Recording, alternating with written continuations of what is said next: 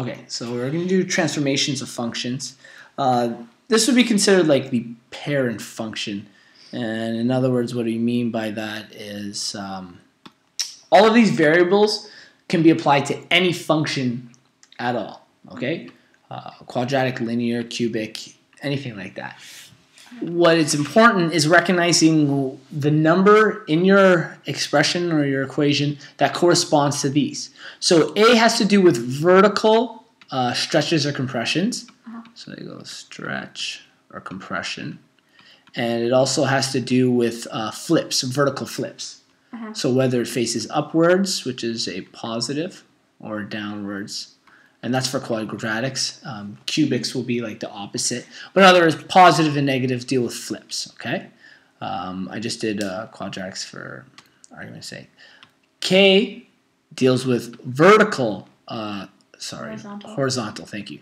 Stretch, that should be a T. And S-T-R-E-T-C-H, yeah, that's not spelled right at all. S-T-R-E-T-C-H, okay. Stretches and compressions.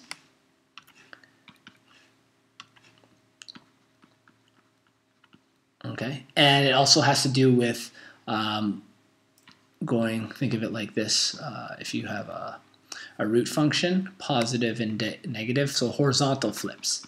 Okay, D deals with horizontal, so essentially inside the brackets everything's horizontal transformation. So it's just kind of opposite direction though. You would think of a positive term going to the left in a negative direction and a negative term going to the right.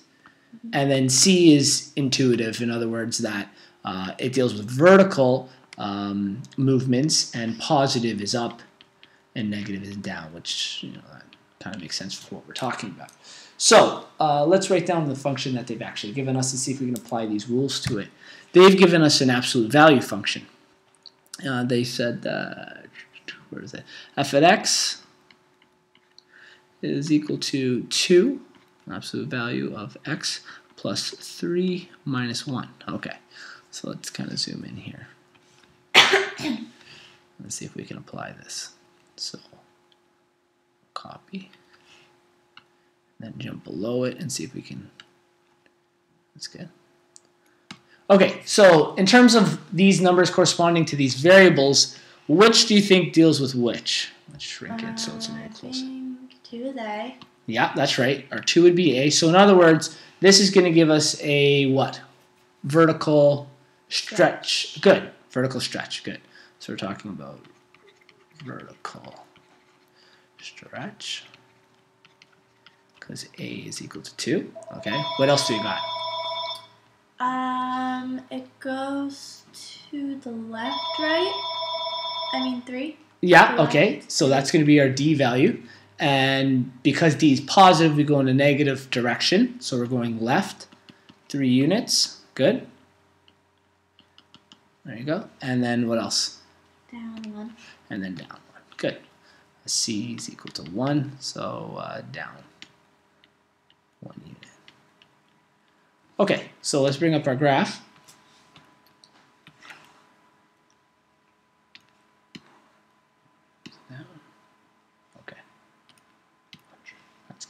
So we know that our, let's see if you know, what does a normal absolute value look like?